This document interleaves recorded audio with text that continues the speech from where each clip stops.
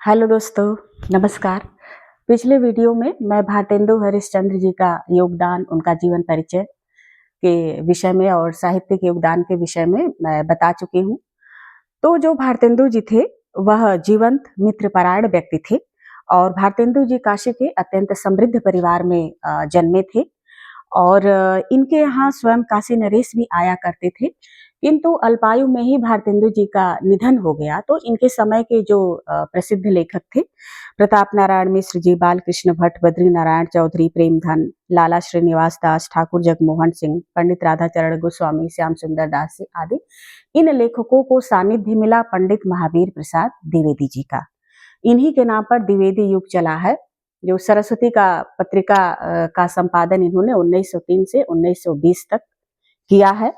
तो आधुनिक हिंदी साहित्य को समझने के लिए स्वाधीन चेतना को समझना बहुत जरूरी है और स्वाधीन चेतना का आधार ज्ञान है।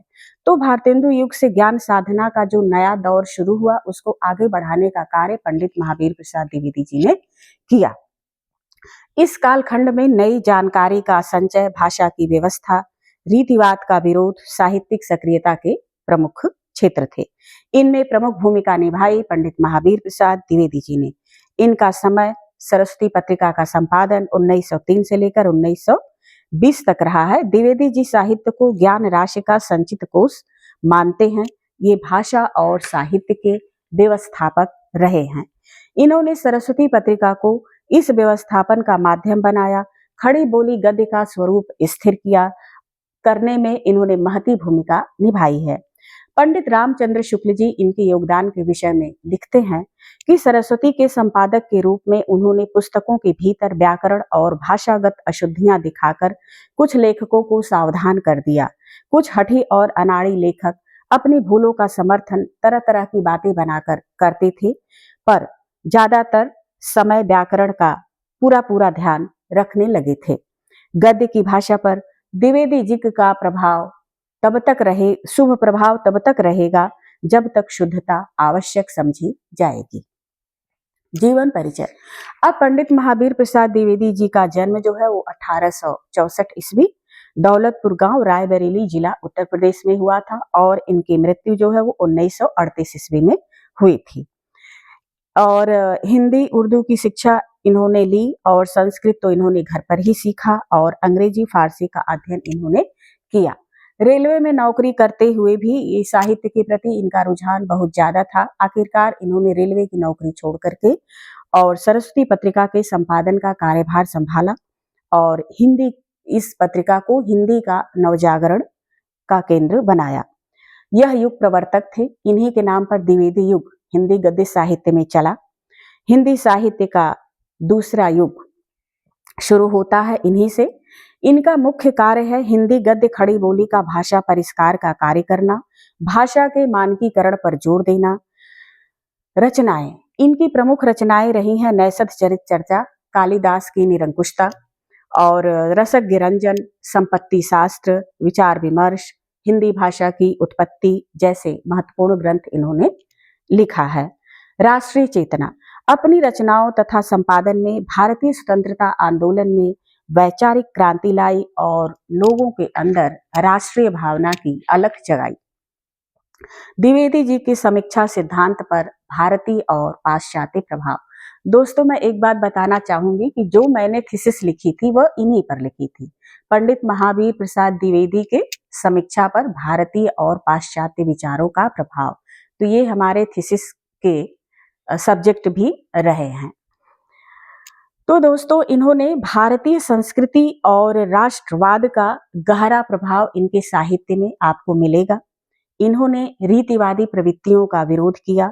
सरस्वती पत्रिका के माध्यम से खड़ी बोली, व्याकरण और वैज्ञानिक सोच को स्थापित किया, जबकि पाश्चात्य प्रभाव के रूप में इन्होंने आधुनिक आलोचना के लिए ऐतिहासिक और सामाजिक दृष्टिकोण के रूप को अपनाया, जिसके कारण वे प्राचीन भारतीय साहित्य को आधुनिक संदर्भ में मूल्यांकित कर सके और हिंदी आलोचना को लोक केंद्रित बनाया, जिसने नव जागरण की नींव रखी। अब इनके छोटे रूप में हम भारतीय प्रभाव देख लेते हैं समीक्षा का, कि इनके समीक्षा पर किन किन भारतीय विचारों का प्रभाव पड़ा है। खास करके जो हमारे संस्कृत के प्रसिद्ध लेखक हुए हैं, जैसे कालिदास जी हुए हैं, उनका रघुवंश है, अभिज्ञान शाकुंतलम है, इन सब का प्रभाव जो है वो काफी गहरा पड़ा पंडित महावीर प्रसाद द्विवेदी के ऊपर। तो लोक कल्याण और राष्ट्रवाद, सामाजिक सुधार, किसान आंदोलन, जनता के हितों को सर्वोपरि रखते हुए इन्होंने साहित्य को ही माध्यम बनाया। नैतिकता और आदर्शवाद, ये हमारे भारतीय साहित्य में नैतिकता आदर्शवाद आपको हर जगह मिलेगा यदि आप पढ़ते हैं तो। इसी दृष्टिकोण के कारण इन्होंने अपने साहित्य में सुधारवादी प्रवृत्तियों पर बहुत अधिक जोर दिया, खासकर महिलाओं की निम्न स्थिति को सुधारने का इन्होंने अपने लेखों के द्वारा प्रयास किया। संस्कृत साहित्य का आधार, इन्होंने अपनी आलोचना का जो आधार दिया वो संस्कृत साहित्य से ही लिया। संस्कृत साहित्य की विशेषताओं को समझने के लिए इन्होंने अपनी आलोचना को प्रेरणा के रूप में लिया, जिससे हिंदी आलोचना का मार्ग जो है वो प्रशस्त हुआ।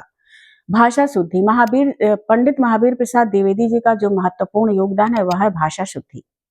इन्होंने हिंदी गद्य साहित्य को स्थिर किया, भाषा का परिमार्जन किया और कठिन संस्कृत शब्दों के प्रयोग पर कुछ रोक लगाते हुए सरल शब्दों के इस्तेमाल पर जोर दिया, ताकि जो आम बोलचाल में हम लोग बोलते हैं उन्हीं शब्दों को रचना में स्थान देने के लिए लेखकों को प्रेरित किया। जैसे गृह लिखने के बजाय घर लिखना। पाश्चात्य प्रभाव, अब पंडित महावीर प्रसाद द्विवेदी का जो रचना है उस पर पाश्चात्य विद्वानों का प्रभाव भी बहुत अधिक पड़ा है। ऐतिहासिक और समाज शास्त्रीय पद्धति, द्विवेदी जी पश्चिमी विद्वानों के लेखकों से प्रभावित होकर साहित्य के मूल्यांकन में ऐतिहासिक सामाजिक दृष्टिकोण को समावेशित किया, जिससे आलोचना को एक नया वैज्ञानिक आधार मिला।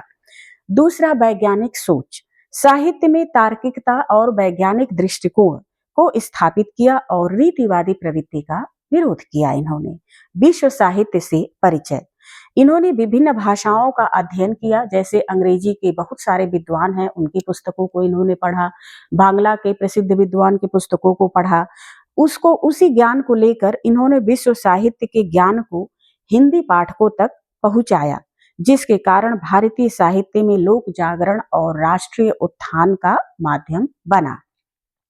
पंडित महावीर प्रसाद द्विवेदी जी का योगदान, द्विवेदी जी का आचार्यत्व जहां एक और संपूर्ण हिंदी जगत पर छाया हुआ था, वहीं उनका साहित्य रूप भी कुछ कम नहीं था।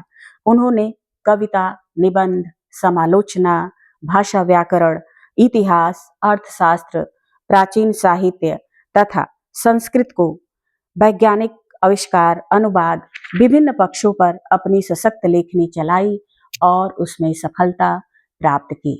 तो दोस्तों, आप इस वीडियो को सुने और लाइक सब्सक्राइब जरूर करें। आज के लिए इतना ही, धन्यवाद।